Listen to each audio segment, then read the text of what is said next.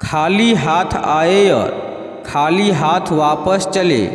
जो आज तुम्हारा है कल और किसी का या परसों किसी और का होगा।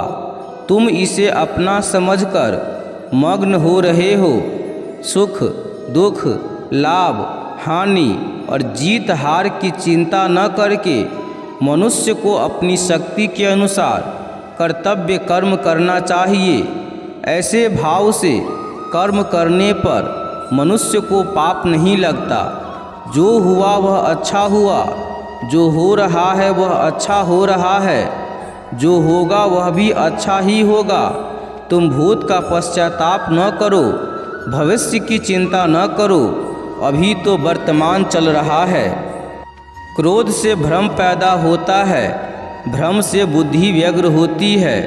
जब बुद्धि व्यग्र होती है तब तर्क नष्ट हो जाता है। जब तर्क नष्ट होता है तब व्यक्ति का पतन हो जाता है।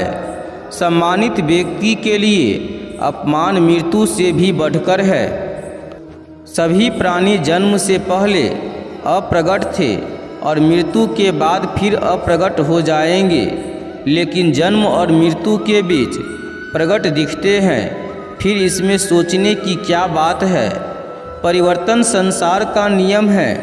जिसे तुम मृत्यु समझते हो वही तो जीवन है। एक क्षण में तुम करोड़ों के स्वामी बन जाते हो, दूसरे क्षणों में तुम दरिद्र हो जाते हो।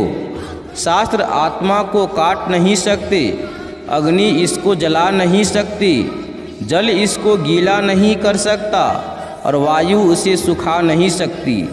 जैसे मनुष्य अपने पुराने वस्त्रों को उतारकर दूसरे नए वस्त्र धारण करते हैं, वैसे ही आत्मा मृत्यु के बाद अपने पुराने शरीर को छोड़कर नए शरीर को प्राप्त करती है। आत्मा न कभी जन्म लेती है और न कभी मरती है। शरीर का नाश होने पर भी यह नष्ट नहीं होता। प्रिय मित्रों, आइए इन सभी बातों को श्री कृष्ण जी के एक सच्ची घटना से समझने का प्रयास करते हैं। एक बार पश्चिम बंगाल के श्रीखंड नामक स्थान पर भगवान के एक भक्त श्री मुकुंद दास रहते थे। श्री मुकुंद दास के यहाँ भगवान श्री गोपीनाथ जी का श्री विग्रह थी। वह उनकी बहुत सेवा करते थे। एक बार श्री मुकुंद दास जी को किसी कार्य के लिए बाहर जाना था, इसीलिए उन्होंने अपने पुत्र रघुनंदन को बुलाकर कहा कि घर में श्री गोपीनाथ जी की सेवा होती है, इसीलिए बड़ी सावधानी से इनको भोग इत्यादि लगाना। यह सब अपने पुत्र को बताकर श्री मुकुंद दास जी अपने कार्य के लिए चले गए। पिताजी के जाने के बाद रघुनंदन अपने मित्रों के साथ खेलने चले गए। दोपहर के समय माता जी ने आवाज़ देकर कहा कि अरे रघुनंदन, भोग तैयार है, आकर ठाकुर को लगा दे। रघुनंदन खेल छोड़कर आए। वह हाथ पैर धोकर भोग की थाली श्री गोपीनाथ जी के आगे सजाई। फिर श्री गोपीनाथ जी से बोले, लो जी, आप ये खाइए, मैं कुछ देर में आकर थाली ले जाऊंगा। श्री रघुनंदन अभी बालक ही थे, इसीलिए बड़े ही सरल भाव से रघुनंदन ने श्री गोपीनाथ जी से निवेदन किया। फिर वे खेलने चले गए।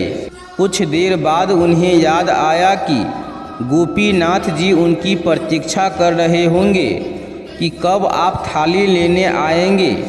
ऐसा सोचकर वह घर के मंदिर में आए। आकर देखा कि भोग तो ऐसे का ऐसे ही रखा हुआ है जैसा वो उसे छोड़ गए थे। बालक रघुनंदन ने देख घबरा गए और कहने लगे, अरे आपने इसे खाया क्यों नहीं? क्या गड़बड़ हो गई? पिताजी को पता लगेगा तो बहुत डांटेंगे। ऐसा कहकर रघुनंदन रोने लगे। फिर भी कुछ नहीं हुआ। गोपीनाथ जी ने खाना शुरू नहीं किया। अब तो रघुनंदन जोर जोर से रोने लगे। वह हाथ जोड़कर कहने लगे, आप खाओ और अनुनय विनय करने लगे।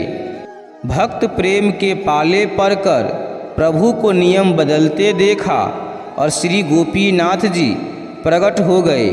रघुनंदन के सामने बैठकर खाने लगे। खाने के उपरांत श्री गोपीनाथ जी फिर से मूर्ति बन गए।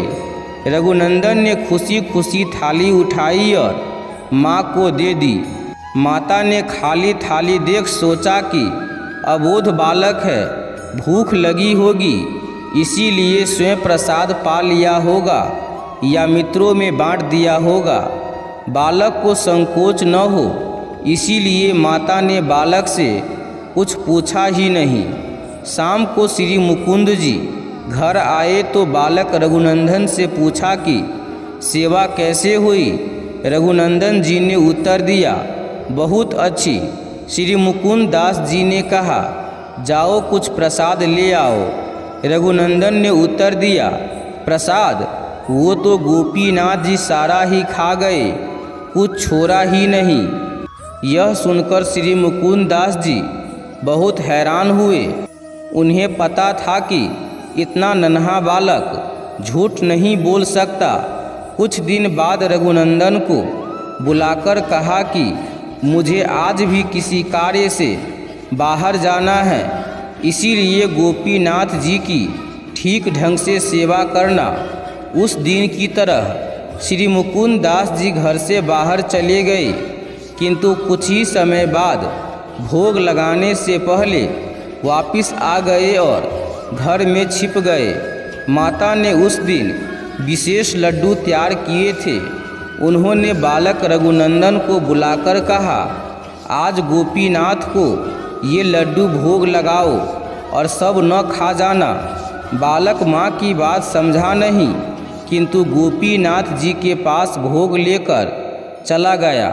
मंदिर में जाकर लड्डू से भरा थाल गोपीनाथ जी के आगे सजाया व हाथ में लड्डू लेकर गोपीनाथ जी की ओर करते हुए बोले, माँ ने बहुत बढ़िया लड्डू बनाए हैं, मुझे खाने से मना किया है, आप खाओ। लो, ये लो खाओ। रघुनंदन फिर से रोना प्रारंभ न कर दे, इसीलिए गोपीनाथ जी ने हाथ बढ़ाया और लड्डू खाने लगे।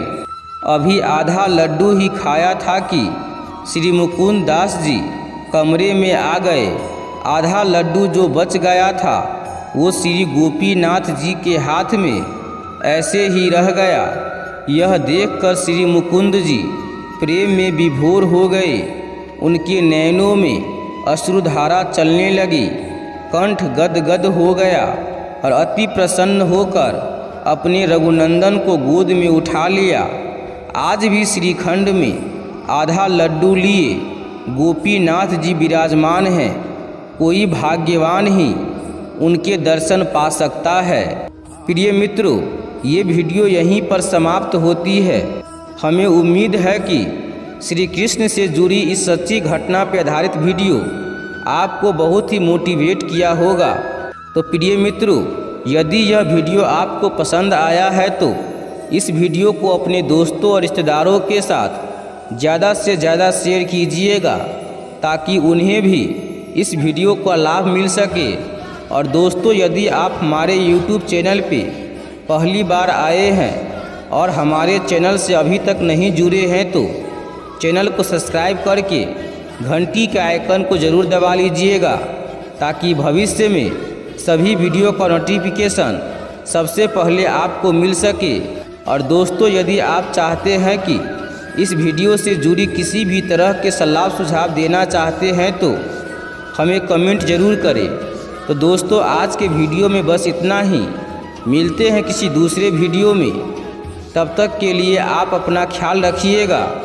जय श्री कृष्णा।